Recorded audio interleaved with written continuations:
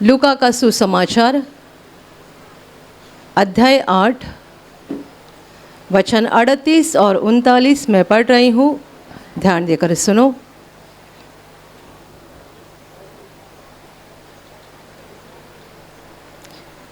जिस मनुष्य में से दुष्ट आत्माएं निकली थी वह उससे विनती करने लगा कि मुझे अपने साथ रहने दे, परंतु यीशु ने उसे विदा करके कहा, अपने घर को लौट जा और लोगों से बता कि परमेश्वर ने तेरे लिए कैसे बड़े बड़े काम किए हैं। वह जाकर सारे नगर में प्रचार करने लगा कि यीशु ने मेरे लिए कैसे बड़े बड़े काम किए। Hallelujah, hallelujah, hallelujah, hallelujah, hallelujah, hallelujah. मेरे प्यारे भाई और बहनों, हम बाइबल में एक घटना को पढ़ते हैं जब प्रभु यीशु ने एक मनुष्य को ठीक किया था जिसके अंदर बहुत सारी दुष्टात्माएं थी। उस मनुष्य की हालत ऐसी थी कि ना वो अपने शरीर पर कपड़ा रखता था और ना वो अपने घर में अपने लोगों के साथ रहता था, परंतु उसके अंदर इतनी भयानक ताकत थी कि लोग उसको साकलों से या जंजीरों से बांध देते थे तो भी वो उस बंधन को तोड़ देता था और दुष्टात्मा उसे जंगल में भगाकर लेके जाती थी।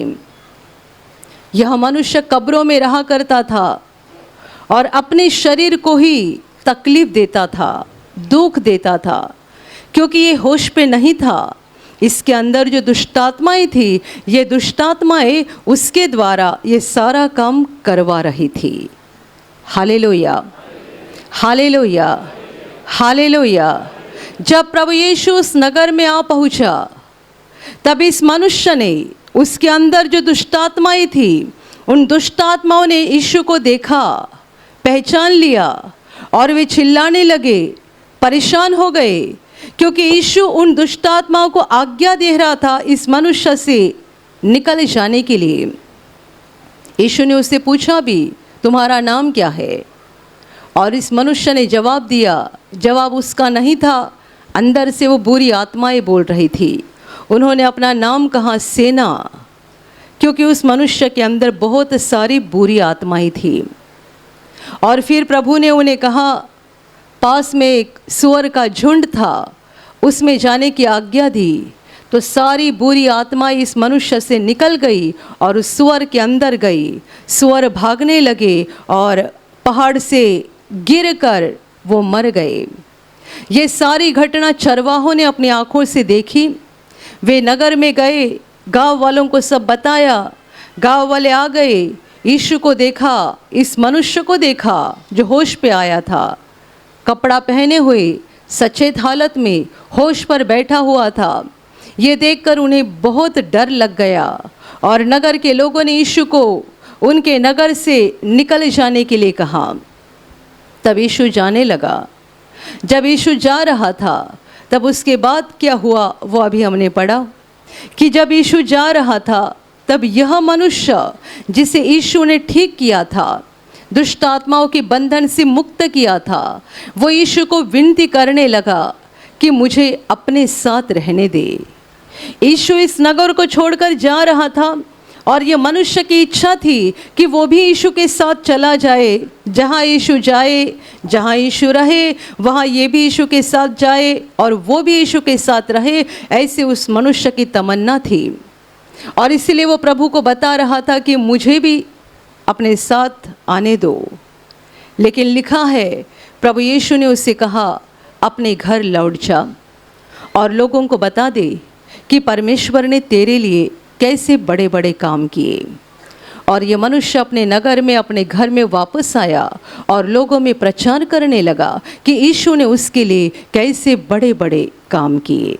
Hallelujah, hallelujah, hallelujah, hallelujah, hallelujah.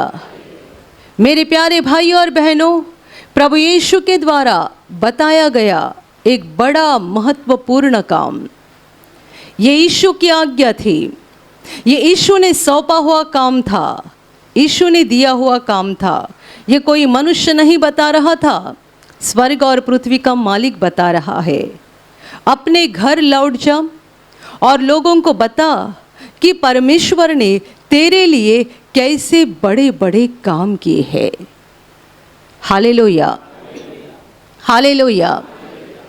परमेश्वर ने दिया हुआ काम, स्वर्ग और पृथ्वी के मालिक ने सौंपा हुआ काम, काम क्या है? लोगों को बता दे कि परमेश्वर ने तेरे लिए कैसे बड़े बड़े काम किए हैं। यह मनुष्य यीशु के साथ रहना चाहता था, पर प्रभु यीशु ने एक काम के लिए उसको वापस भेज दिया। वो काम कितना ज़रूरी होगा बताइएगा, कितना महत्वपूर्ण होगा जिस काम के लिए यीशु ने उसको वापस भेज दिया। और जो काम यीशु के खुद के मुंह से आया है, यीशु ने उससे कुछ मांगा नहीं और कुछ करने के लिए नहीं कहा, जाके घर बनाओ, जाके खेती करो, जाके ये काम करो, वो काम करो, ऐसा कुछ काम नहीं दिया, परंतु एक महत्वपूर्ण काम दिया, जाकर लोगों को बताओ कि परमेश्वर ने तुम्हारे लिए कैसे बड़े बड़े काम किए। मेरे प्यारे भाई और बहनों, इससे हमें समझना ज़रूरी है कि यह काम कितना ज़रूरी है और कितना महत्वपूर्ण है, और परमेश्वर क्यों चाहता है कि ये खबर लोगों तक पहुंच जाए, ये समाचार लोगों तक पहुंच जाए। परमेश्वर के कामों का समाचार, परमेश्वर के कामों की खबर लोगों तक पहुंच जाए। ये परमेश्वर क्यों चाहता है? क्योंकि यही खबर या यही समाचार लोगों तक न पहुंचने की वजह से संसार अंधकार में डूबा है और लोग शैतान के हाथ से दुख उठा रहे हैं। आप में से कितने सारे लोगों को ऐसा लगा होगा कि इस प्रार्थना की जानकारी हमें बहुत पहले मिलती तो कितना अच्छा हो जाता, हमारा पैसा बच जाता, हमारा दर्द कितना कम हो जाता, हम बहुत जल्दी समस्या से बाहर निकलते। यदि इस प्रार्थना की जानकारी यीशु के द्वारा जो पाप क्षमा और चंगाई मिलती है, इसकी जानकारी पहले हो जाती तो कितना अच्छा हो जाता। तो आप बताइएगा, जो लोग आज भी अंधकार में है और उस दुष्ट के हाथ से बड़ा दुख उठा रहे हैं, उनके बारे में परमेश्वर के दिल को क्या लगता है? कोई तो उनके पास पहुंचना चाहिए और किसी ने तो बताना चाहिए कि परमेश्वर उनसे प्रेम करता है, वो जिंदा है, उसने किसी को छोड़ा नहीं है। ऐसा नहीं कि उसने हमें बनाया, संसार में भेजा और वो खुद स्वर्ग में आराम करने बैठा और हमें भूल गया। किसी को नहीं भूला, एक को भी नहीं भूला। प्रभु यीशु ने कहा है कि दो चिड़िया रहती है, दो में से एक को भी परमेश्वर भूलता नहीं है। यदि चिड़िया को, एक मामूली पंछी को परमेश्वर भूलता नहीं है, परमेश्वर ने पूरे संसार में कितने पंछी बनाए हैं, अनगिनत। हम हमारी आंखों के सामने दिन भर में 2-4 पंछी देखते हैं, पर पूरे संसार में परमेश्वर ने अनगिनत पंछी बनाए हैं, तो भी परमेश्वर उनमें से एक को भी भूलता नहीं है। यदि परमेश्वर को पंछी का इतना ध्यान है, एक एक पंछी का इतना ध्यान है, तो बताइएगा मनुष्य का कितना ध्यान होगा, वो मनुष्य पर कितना प्रेम करता होगा, मनुष्य के बारे में उसके दिल में क्या हो रहा है। आज जो संसार अंधकार में डूबा है और लोग शैतान के हाथ से दुख उठा रहे हैं, परमेश्वर देख रहा है। कोई तो उनके पास जाए और उन्हें बताए कि उनका बनाने वाला परमेश्वर, उनका सृष्टिकर्ता बाप जीवित है, वो उन्हें भूला नहीं है। Hallelujah, hallelujah. बहुत साल पहले केंद्र में एक माँ और लड़की दोनों प्रार्थना में आया करते थे। जवान लड़की थी, उसकी माँ थी, पिताजी नहीं थे। दोनों की हालत जब प्रार्थना केंद्र में आ गए थे बहुत बुरी थी। हमेशा बीमार रहती थी, हमेशा बीमार। पहले तो बस उसकी माँ बीमार रहती थी, बाद में बेटी भी बीमार होने लगी। कैसे तैसे करके बेटी ने अपनी 10वीं पूरी की, पर उसके बाद आगे वो पढ़ भी नहीं पाई क्योंकि हालत इतनी खराब होती जा रही थी और इलाज के लिए इतना पैसा लगता था कि ऐसी बुरी हालत में दोनों को भी काम करना पड़ता था, नौकरी करनी पड़ती थी। ये माँ बेटी रो रो कर बताते थे कि हमारा कितना बुरा हाल इतने सालों से हुआ था, हमने कितना खर्चा किया, कितना कर्जा उठाया, कितना क्या क्या किया, और दवा से ज़्यादा भगत मांत्रिक के ऊपर खर्चा हो गया क्योंकि सालों साल बीमार रहते थे तो लोग बताया करते थे किसी ने जादू टोना कर दिया है आपके ऊपर, तो दवा से कुछ नहीं होगा, दूसरा रास्ता ढूंढो। तो फिर उस दूसरे रास्ते से जाकर इतना पैसा खर्चा किया। दोनों बताती थी कि हमारे पास पैसा होता भी नहीं था तो हम कर्जा उठाकर ये सारी बात कर लेते थे ताकि कहीं ना कहीं हम ठीक हो जाए। पर दिन ही दिन हालत बिगड़ते गई, बिगड़ते गई, बिगड़ते गई। उनके पास कुछ नहीं रहा, खाने पीने के लिए भी घर में कुछ नहीं रहा था, ऐसी उनके ऊपर नौबत आई थी। कर्जा भी बहुत हो गया था, बीमारी तो इतनी थी कि दोनों भी एकदम पतली बन गई थी। रोते रोते हालत में वो केंद्र में पहुँचे, प्रार्थना में आते रहे, विश्वास किया, बने रहे और कुछ ही सप्ताहों के अंदर दोनों भी माँ और बेटी पूरी तरह से चंगी हो गई। Hallelujah, hallelujah, hallelujah. उन्होंने जब बताया कि उन्होंने कितना कितना पैसा खर्चा किया, सुनते वक्त इतना बुरा लग रहा था। ये कोई अमीर लोग नहीं थे, गरीब लोग पसीना बहाकर काम धंधा करके पैसा कमाते थे और ये सारा पैसा इस रीति से निकल जाता था। यीशु कहता है जाकर लोगों को बताओ, ये मनुष्य के अंदर इतनी सारी दुष्ट आत्माएं थी, प्रभु यीशु ने उसको छुटकारा दिया, ये होश पे आ गया, सचेत हो गया, कपड़ा पहना। लोग उसको देखकर डरने लगे क्योंकि लोगों ने उस मनुष्य को सालों साल देखा था कि कैसी हालत में था, इसे किसी भी रीति से बांध कर रखना संभव नहीं था। साकलों से बांधो या जंजीरों से बांधो, ये तोड़ देता था, इतनी भयानक ताकत उसके अंदर थी। और अभी क्या हो गया, सारी दुष्ट आत्माएं प्रभु यीशु ने निकाल दी। ये मनुष्य को उस दिन उस घड़ी सच्चा जीवन प्राप्त हो गया। इतने दिन जो जिंदगी वो जी रहा था वो जीवन नहीं था, परंतु वो मृत्यु में चल रहा था, वो होश पे था ही नहीं, वो मौत में अपनी जिंदगी को गुजार रहा था। यीशु ने उसको मौत से जीवन में लाया और ये उसकी इच्छा है कि परमेश्वर के काम लोगों तक पहुंच जाए ताकि वे भी जाने कि परमेश्वर उनसे भी प्रेम करता है, परमेश्वर उनसे भी प्रेम करता है और उनके जीवन से भी हर बीमारी को, हर परेशानी को, हर संकट को और शैतान के हर काम को नष्ट करना चाहता है। गए सप्ताह अपने प्रार्थना घर में एक बहुत खूबसूरत गवाही आ गई। एक भाई की शराब की आदत छूट गई, सालों साल वे शराबी थे और शराब के कारण बहुत भयानक बर्ताव भी करते थे। उसकी माँ ने कहा कि मैं इतनी तंग हो चुकी थी कि ऐसा सोचती थी बेटा नहीं रहेगा तो भी चलेगा।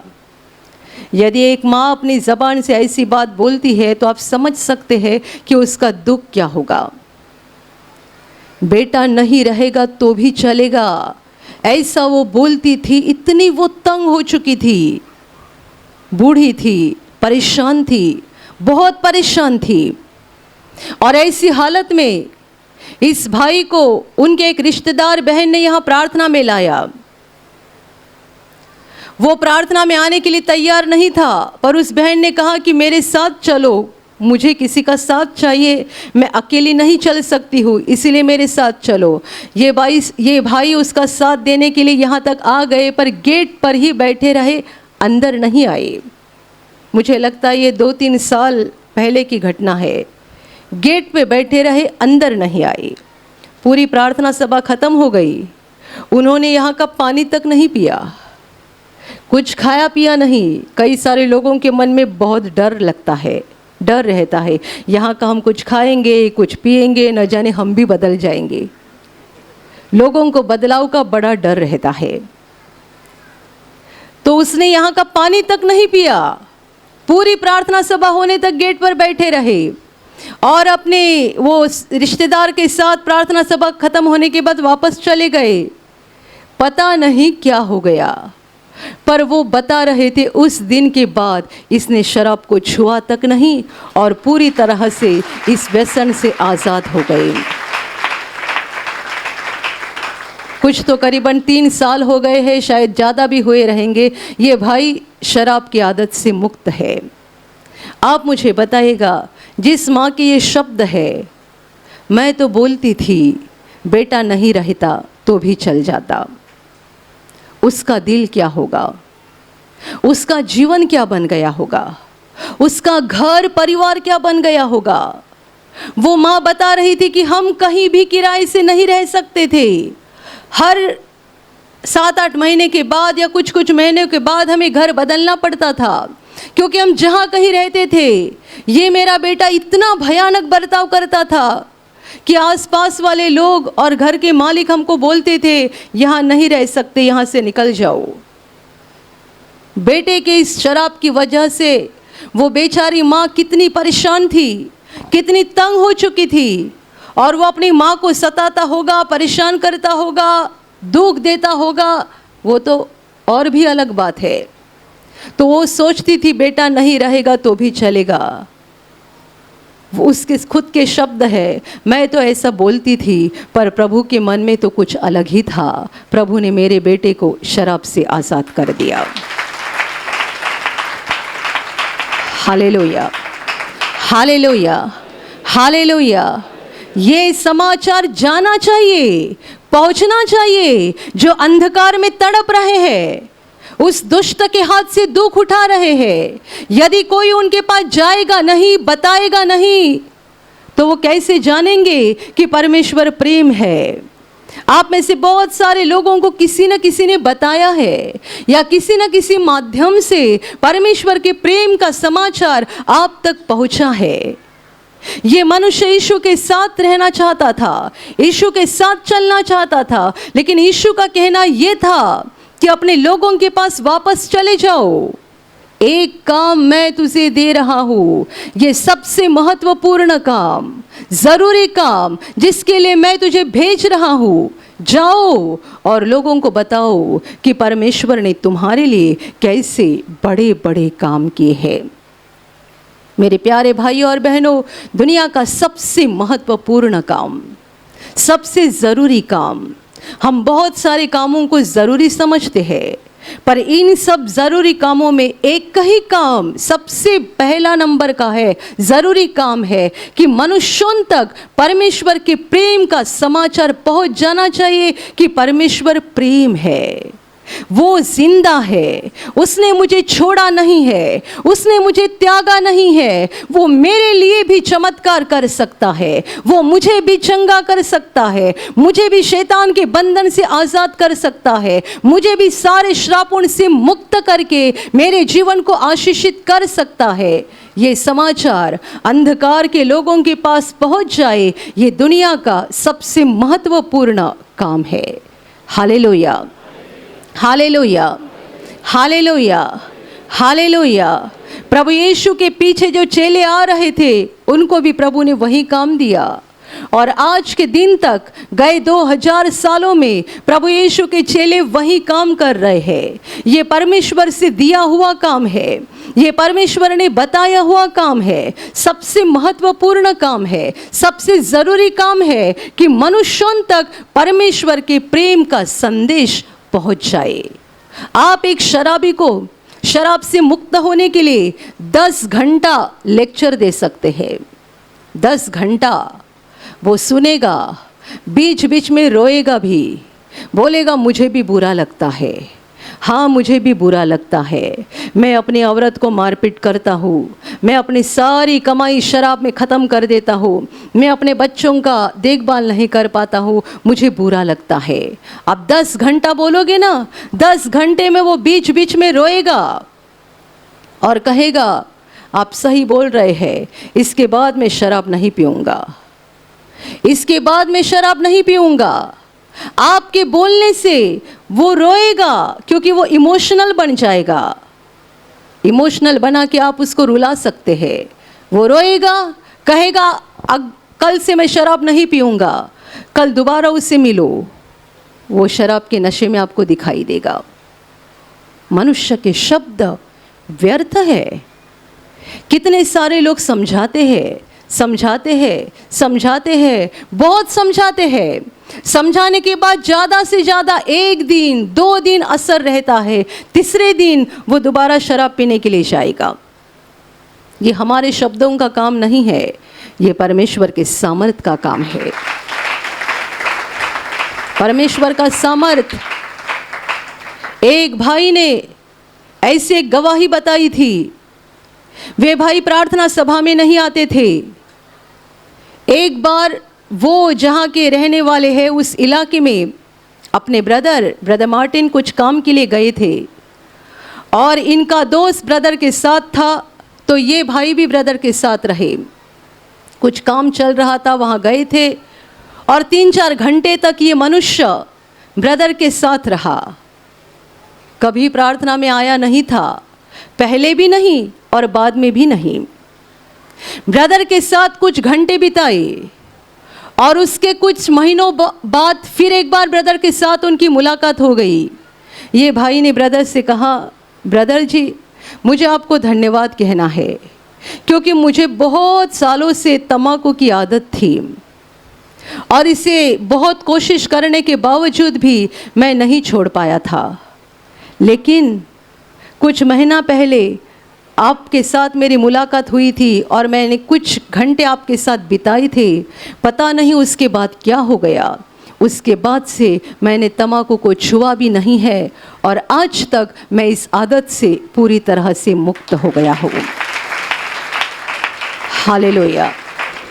इस मनुष्य की बात को सुनकर ब्रदर को बड़ा आश्चर्य लगा, क्योंकि ब्रदर कहते थे, मुझे मालूम तक नहीं था कि इसको कोई व्यसन है, और ना ही मैंने इसको व्यसन छुड़ाने के लिए कोई लेक्चर दिया था, कोई प्रवचन सुनाया था, कुछ नहीं। बस कुछ घंटे वो ब्रदर के साथ रहे, और उसके बाद जो बुरी आत्मा उसके अंदर थी, जो उसको बार बार तंबाकू खाने के लिए मजबूर करती थी, वो बुरी आत्मा निकल गई, और ये मनुष्य मुक्त हो गया। Hallelujah, hallelujah, hallelujah. चंगाई के लिए परमेश्वर के सामर्थ की ज़रूरत है। मुक्ति के लिए परमेश्वर के सामर्थ की ज़रूरत है। कोई भी समस्या से छुटकारा पाने के लिए परमेश्वर के सामर्थ की ज़रूरत है। आप किसी को समझा कर बहुत बोल सकते हो।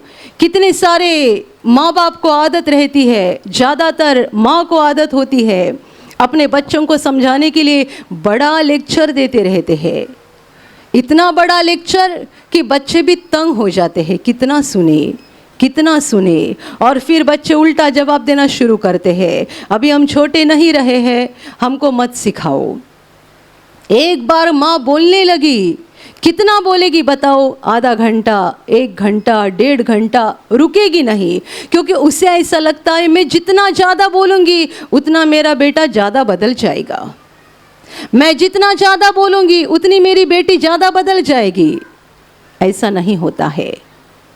आपके बेटे परमेश्वर ने आपको दिए हैं, बेटियाँ परमेश्वर ने आपको दी है, उनको समझाना आपका काम है, पर ऐसा नहीं कि आप उनको बड़ा बड़ा लेक्चर देते रहे। उससे अच्छा घुटने पे आ जाओ और उनके लिए प्रार्थना करो, परमेश्वर के पास मांगो। आपके बेटे को, आपके बेटी को परमेश्वर के हाथ में हर दिन सौंप देना और उनके लिए प्रार्थना करते रहना, देखते रहना। कुछ ही दिनों के अंदर आप उनमें बड़ा बदलाव देखोगे, जो आपके शब्दों के द्वारा नहीं हुआ लेकिन प्रभु के छूने से हो गया। Hallelujah, hallelujah. बहुत बड़ा लेक्चर देकर और बड़ी बड़ी बातें सुनाकर कुछ नहीं होता है। दुनिया में बातें बहुत चल रही है, परमेश्वर का सामर्थ कहाँ पर है? दुनिया में बातें बहुत चल रही है, परमेश्वर का प्रेम कहाँ पर है? हर जगह निराशा है, डर है, भय है, दुख है, दर्द है। आप कहीं भी जाओ, केवल अपने ही देश में नहीं, संसार के किसी भी देश में जाओ, दुनिया के कौन से भी कोने में जाओ, लोग बीमारियों से डर गए हैं, परेशानियां बढ़ती जा रही है, समस्याएं बढ़ती जा रही है। अंधकार की शक्ति ने, उस दुष्ट शैतान ने केवल एक देश को नहीं परंतु पूरे संसार को जकड़ लिया है, पूरी मानवता को जकड़ लिया है। वो हर एक के जीवन में काम करना चाहता है, हर एक को बर्बाद करना चाहता है, हर एक के जीवन को अंधकार से और दुख से और दर्द से भरना चाहता है और हर एक का विनाश करना चाहता है। और इसीलिए परमेश्वर की नज़र में सबसे अर्जेंट काम, ज़रूरी काम, महत्वपूर्ण काम एक ही है, मनुष्यों तक परमेश्वर के प्रेम का संदेश पहुंच जाए। परमेश्वर के काम कितने बड़े हैं, परमेश्वर का सामर्थ कितना बड़ा है, परमेश्वर का प्रेम कितना बड़ा है, ये समाचार उन तक पहुंच जाए ताकि उन्हें उम्मीद मिल जाएगी, आशा मिल जाएगी। वे भी विश्वास के साथ प्रार्थना करेंगे, वे भी विश्वास के साथ मांगेंगे और आसमान से परमेश्वर उनकी प्रार्थना का जवाब देगा। Hallelujah, hallelujah, hallelujah, hallelujah. मेरे प्यारे भाइयों और बहनों, ये आपका फ़र्ज़ है, मेरा फ़र्ज़ है। हर एक मनुष्य जिसने परमेश्वर के प्रेम का अनुभव किया है, हर एक का फ़र्ज़ है कि हम दुनिया को परमेश्वर के कामों का प्रचार करते रहे। और आप जानते हैं, ये परमेश्वर के कामों का प्रचार ना हो जाए, इसीलिए भी अंधकार की शक्ति काम कर रही है, वो रुका रही है, रुका रही है, रुका रही है, यीशु के नाम को आगे नहीं जाने दे रही है, परमेश्वर के कामों को आगे नहीं बढ़ने दे रही है। क्योंकि शैतान जानता है यदि एक मनुष्य के कान तक यीशु का सुसमाचार पहुंच जाएगा, उद्धार का समाचार पहुंच जाएगा, परमेश्वर के प्रेम और सामर्थ का संदेश पहुंच जाएगा, और यदि वो परमेश्वर के पास आएगा तो शैतान का अधिकार उसके जीवन पर से खत्म हो जाएगा। वह दुष्ट आपको पैसा देगा, संपत्ति देगा, सब कुछ देगा, पर एक बात से आपको दूर रखेगा। दुनिया के हर मनुष्य को वो सब कुछ दे सकता है, लेकिन एक बात से वो दूर रखना चाहता है, वो हमें परमेश्वर के पास नहीं आने देना चाहता। परमेश्वर के नज़दीक मत जाओ, उसके पास मत जाओ, उससे जुड़े मत जाओ। क्यों? यदि तुम उससे जुड़ जाओगे तो मैं दुर्बल बन जाऊंगा। वो दुष्ट अपने मन में बोलता है, यदि तुम परमेश्वर से जुड़ जाओगे मैं दुर्बल बन जाऊंगा, मेरी ताकत खत्म हो जाएगी, मैं तुम्हारे जीवन में काम नहीं कर पाऊंगा। और इसीलिए तो परमेश्वर के कामों का प्रचार दुनिया में करने के लिए शैतान रुका रहा है, बहुत रुकावटें डाल रहा है, बहुत मुश्किलें और समस्याएं खड़ा कर रहा है ताकि ये काम आगे ना बढ़ जाए, ये सुसमाचार आगे ना बढ़ जाए और अंधकार के लोग परमेश्वर के प्रेम के बारे में ना जान जाए। Hallelujah, hallelujah, hallelujah. मेरे प्यारे भाई और बहनों, सावधान हो जाइए, होश पे आ जाइए, आत्मा में सोते मत रहना, जागते रहो। हमारा विरोधी, हमारा दुश्मन मनुष्य नहीं है परंतु शैतान है। हमारा दुश्मन कोई हमारा रिश्तेदार नहीं है, पड़ोसी नहीं है, हमारे घर के लोग नहीं है। हमारा दुश्मन शैतान है, हमारी लड़ाई उसके साथ है और वो हमें रुका रहा है परमेश्वर के नज़दीक आने के लिए। हम दूसरों को परमेश्वर के नज़दीक लाने के लिए कोशिश करते हैं, उसमें भी वो रुकावट डालता है। पर ध्यान में रखना, परमेश्वर की नज़र में ये महत्वपूर्ण काम है कि हम उसके कामों का, उसके बातों का, उसके प्रेम का प्रचार करते रहे। हालेलुया। जब आप एक मनुष्य तक परमेश्वर के प्रेम का समाचार पहुंचाते हो और यदि वो उस समाचार को ग्रहण करता है, उसी घड़ी शैतान का काम उसके जीवन से नष्ट होना शुरू हो जाता है। उसी घड़ी शैतान का अधिकार उसके जीवन पर से खत्म होना शुरू हो जाता है। Hallelujah, hallelujah, hallelujah, hallelujah. और इसलिए एक मनुष्य को परमेश्वर के प्रेम का संदेश सुनाना ये सबसे बड़ा काम है, महत्वपूर्ण काम है, पवित्र काम है। दुनिया का बड़ा काम, महत्वपूर्ण काम, पवित्र काम ये है एक मनुष्य को परमेश्वर के प्रेम का संदेश बताना। मेरे प्यारे भाइयों और बहनों, और इसीलिए ये काम करते रहो, करते रहो, करते रहो। जो लोग यह काम करते हैं उन पर परमेश्वर प्रसन्न होता है और उनके जीवन को, उनके सारे घराने को परमेश्वर स्वर्ग के आशीषों से भर देता है। Hallelujah, hallelujah. एक बहन ने बताया था कि उनके शरीर में कई महीनों से या पता नहीं कई सालों से कुछ तो समस्या थी, बहुत ज़्यादा दर्द रहता था। वो बहन जब केंद्र में आ गई, उसने एक बड़ी गवाही सुनी। घर जाने के बाद उसने एक बहन को एक गवाही बताना शुरू किया। प्रभु ने ऐसे ऐसी व्यक्ति को चंगा किया। ये खुद बीमार थी और ऐसी हालत में वो किसी को प्रभु के प्रेम की गवाही बता रही थी। और बाद में उसने कहा, जब मैं उस औरत को बता रही थी, अचानक मेरे शरीर से बिजली की करंट जैसा कुछ निकल गया और मेरी बीमारी उसी घड़ी खत्म हो गई।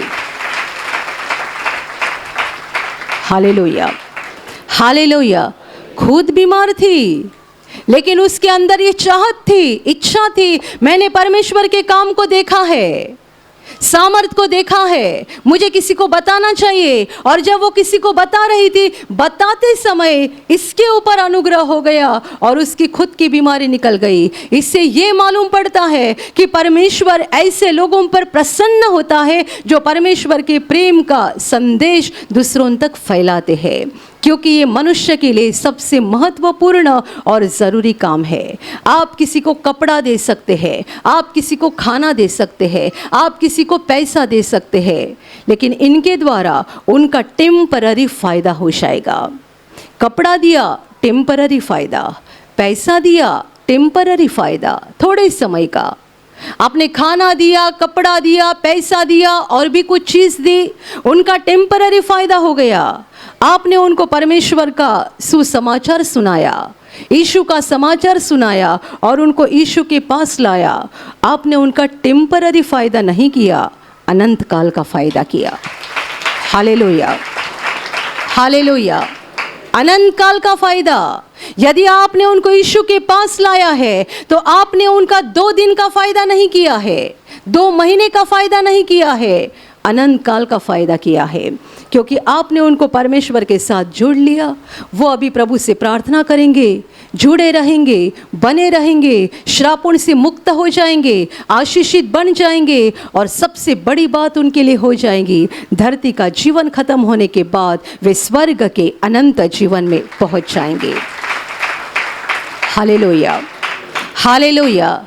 मेरे प्यारे भाइयों और बहनों, परमेश्वर के प्रेम का संदेश दूसरों तक फैलाते रहो, बताते रहो, ताकि अंधकार के लोग भी प्रभु की ओर मुड़ेंगे, आशीषित बन जाएंगे। और आपने उनको परमेश्वर के प्रेम का संदेश सुनाया, इसलिए परमेश्वर आपके ऊपर प्रसन्न हो जाएगा, क्योंकि जो परमेश्वर की नज़र में ज़रूरी और महत्वपूर्ण काम था वो आप कर रहे हैं, तो प्रभु आपके जीवन को स्वर्ग के आशीषों से भर देगा। Hallelujah, hallelujah, hallelujah. और अभी प्रार्थना करने का समय है। आप विश्वास करो कि एक पल में प्रभु यीशु आपको छूकर चंगाई देगा, एक पल में वो आपके जीवन का दुख निकाल देगा और आपके आंसुओं को खुशी में बदल देगा, क्योंकि उसके लिए असंभव कुछ नहीं है, अनहोनी बात एक भी नहीं है। प्रभु यीशु आज भी जिंदा है। 2000 वर्ष पहले वो शरीर रूप में धरती पर था, आज शरीर रूप में नहीं बल्कि आत्मा के रूप में है, और दुनिया के कोने कोने में जहाँ जहाँ लोग विश्वास के साथ उसको पुकारते हैं, उसके पास प्रार्थना करते हैं, उन सबों की पुकार को प्रभु सुनता है, उन्हें चंगा करता है, उनके आंसुओं को पोंछ देता है और उनके जीवन को खुशी से भर देता है। आप भी इसी विश्वास के साथ आपके बीमार भाग पर हाथ रखो, और यदि वहाँ हाथ नहीं रख सकते हैं तो अपने सीने पर हाथ रखो। प्रभु यीशु के नाम से इसी क्षण आपके शरीर की सारी बीमारियां निकल जाए। यीशु के नाम से आपके जीवन का सारा दुख निकल जाए। शैतान का हर एक काम आपके जीवन से और आपके परिवार से पूरी तरह से नष्ट हो जाए। यीशु के नाम से, प्रभु यीशु के नाम से शैतान का सारा काम आपके जीवन से नष्ट हो जाए। सारी दुष्ट आत्माओं को प्रभु यीशु के नाम से मैं आज्ञा दे रही हूँ, इसी क्षण इन्हें छोड़कर निकल जाओ और वापस उनमें नहीं आना। इसी क्षण प्रभु का महान सामर्थ आपके ऊपर आ जाए, प्रभु का महान सामर्थ आपके ऊपर आ जाए, प्रभु का महान सामर्थ आपके ऊपर आ जाए। इसी घड़ी पवित्र आत्मा की खुशी आपके दिल में आ जाए, पवित्र आत्मा की शांति आपके दिल में आ जाए और आपका जीवन स्वर्ग की रोशनी से भर जाए। आमीन।